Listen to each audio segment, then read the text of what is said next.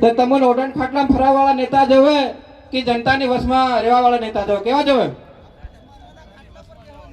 એ જનતાની વસમાં રહેવા વાળા નેતા જોવે કે आज तमो एतरा बैठा कहीं ना कहीं विधायक या सांसद ना नंबर होय तो फोन लगाड़ो तमारे उठाड़े कि नहीं उठाड़े?